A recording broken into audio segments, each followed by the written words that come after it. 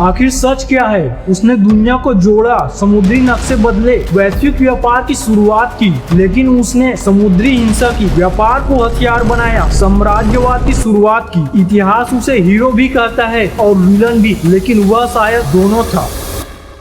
क्या सच में Vasco da gamma ने भारत को खोजा या फिर एक ऐसे रास्ते खोजा जिससे यूरोप से भारत पहुंचा जा सके? भारत की गुलामी की शुरुआत कैसे हुई? वास्को डी गामा एक हीरो, विलन या सिर्फ एक सैनिक? ये सब जानने मिलेगा आपको इस वीडियो में। भारत सर्वगुण संपन्न, यूं ही इसे सोने की चिड़िया नहीं कहते थे।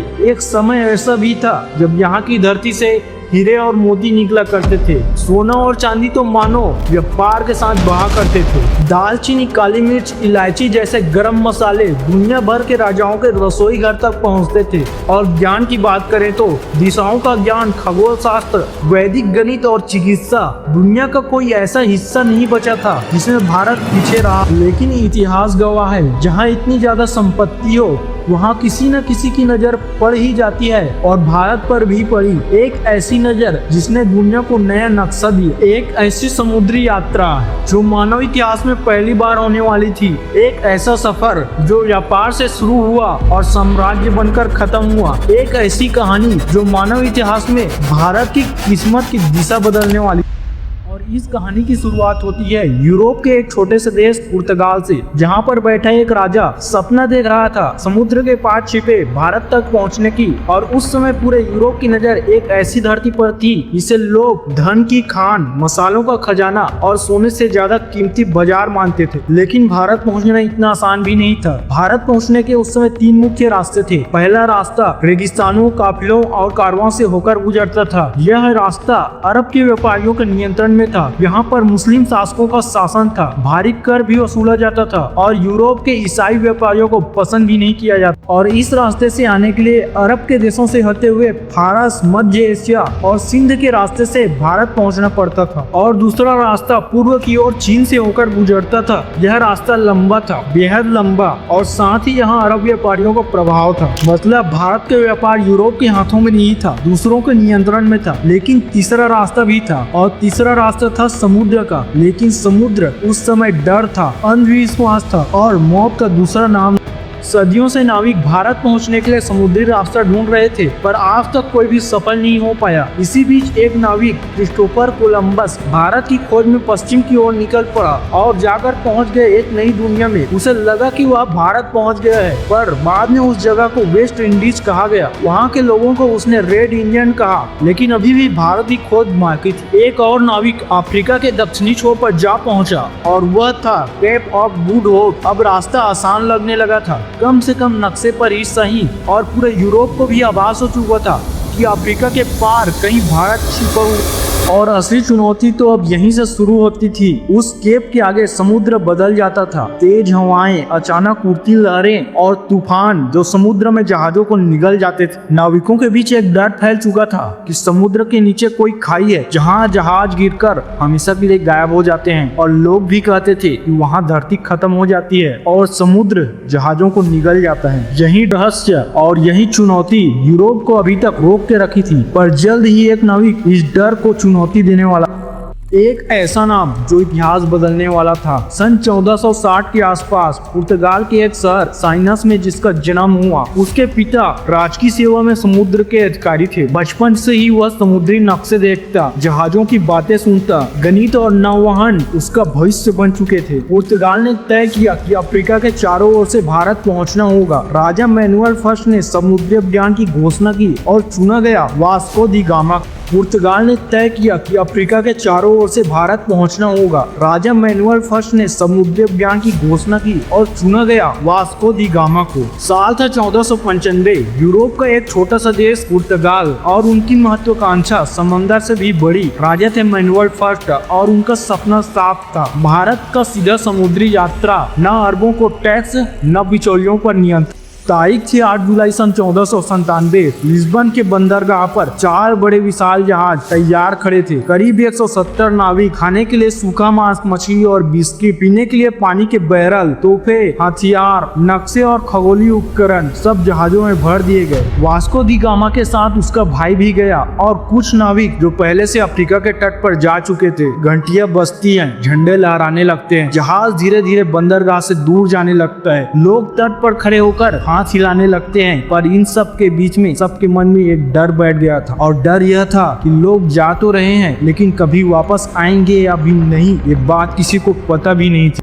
पहला हफ्ता शांत बीता, फिर अचानक से समुद्र बदलने लगा। तेज हवाएं और लहरें जो समुद्र में जहाज की ऊंचाइयों से भी ऊपर उड़ते थे। महीनों तक जहाज अफ्रीका के तट के साथ चलते रहे और आखिरकार वो इस स्थान पर पहुंचे जहां पर दुनिया खत्म मानी जाती थी, केप ऑफ गुड होप। और असली परीक्षा तो यहीं से शुरू होनी थी। आज तक कोई भी यूरोपीय जहाज यहाँ से आगे भारत की ओर नहीं गया था। समुद्र गरज रहा था, आसमान काला पड़ गया था और नाविकों के मन में डर बन गया था। क्या यह सफर इतिहास बनेगा या सिर्फ कब्र? तभी एक बड़ा सा तूफान आता है और जहाज लकड़ी के खिलौने की तरह डगमगाने लगता है। नाविक लोग घबरा जाते हैं और बोलने लगते हैं, हमें यहाँ से आगे नहीं जाना, ये मौत का रास्ता है। वास्को दी गामा सामने आता है और कहता है, जो भी वापस लौटना चाहता है उसे यहीं पर बंदी बना लिया जाएगा जब तक कि पुर्तगाल वापस न पहुंचा जाए। और इस प्रकार विद्रोह को वास्को डी गामा कुचलने में सफल हो जाता है। और इस समय विद्रोह को तो कुचला जाता है लेकिन तूफान रुकने का नाम नहीं लेता। इस तूफान में वास्को डी गामा का जहाज गुम हो जाता है, दूर दूर तक दिखाई नहीं देता, लेकिन उसके भाई और अन्य जहाज आगे की ओर बढ़ जाते हैं। कुछ दूर चलने के बाद उन्हें सेम झंडा और सेम पाल दिखाई देता है। नाविक लोग खुश हो जाते हैं क्योंकि वह झंडा और वह पाल लगा रहता है। वास्को डी गामा के जहाज में लगभग 3 महीने संघर्ष करने के बाद उन्हें एक जगह दिखाई देता है जिसे केप ऑफ गुड होप्स कहा जाता है। कई नाविक बीमार, कई नाविक घायल उसी स्थान पर रुकते हैं। कुछ महीने रुकने के बाद वे निकल जाते हैं अफ्रीका के पूर्वी तट पर, जिसके पीछे छिपा रहता है।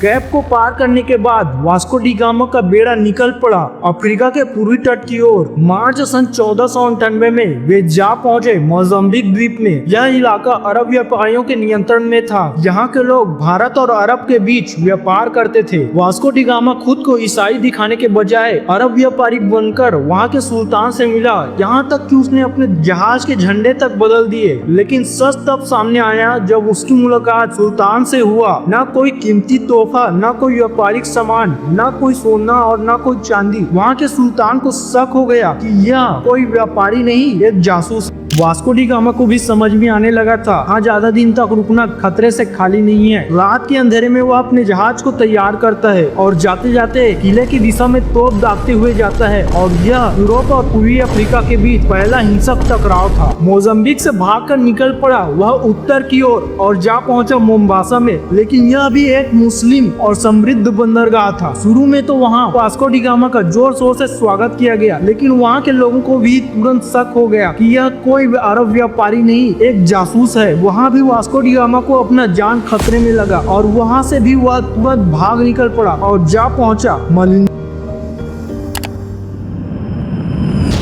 मलिंदी के शासक ने वास्को डी गामा का जोर शोर से स्वागत किया क्योंकि वह मोम्बासा का दुश्मन था और इतिहास गवाह है कि दुश्मन का दुश्मन दोस्त होता है। और वहीं पर वास्को डी गामा को एक गुजराती व्यापारी मिला। उसे दिशाओं का अच्छी तरह से ज्ञान था। उसने बताया कि वास्को डी गामा को 3 महीने अब इंतजार करना होगा क्योंकि मौसम समुद्र के खिलाफ है। वास्को डी गामा 3 महीने वहीं पर रुका, अपने जहाजों को मरम्मत करवाया, पीने के लिए ताजा पानी भरा, खाने के लिए मांस, मछली और राशन इकट्ठा किया। और फिर दिन आता है अप्रैल सन 1498। वास्को डी गामा अपने जहाजों को लेकर फिर से समुद्र में उतर जाता। कई हफ्ते बीते, कई महीने बीते। समुद्र में जहाज बिना कोई बंदरगाह, बिना कोई तट देखे लगातार चलते जा रहे थे। नाविक लोग बहुत परेशान, वहाँ पर बीमारी भी फैल चुकी थी। नाविकों के मसूड़े सूख गए थे, कड़वी बीमारी आ गई। तभी वास्को डी गामा सामने आकर अपने नाविकों को कहता है, यह समुद्र हमें डरा रहा है, हमें डरना नहीं है। और एक दिन नाविक चिल्लाता है, जमीन जमीन। वास्को डी गामा सामने देखता है, एक जमीन दिखाई देता है, हरी घास वाली। उस रात वास्को वास्को डी गामा सो नहीं पाया, क्योंकि वर्षों की मेहनत, अनगिनत लोगों के मौतों के बाद उसके सामने खड़ा था भारत की धरती।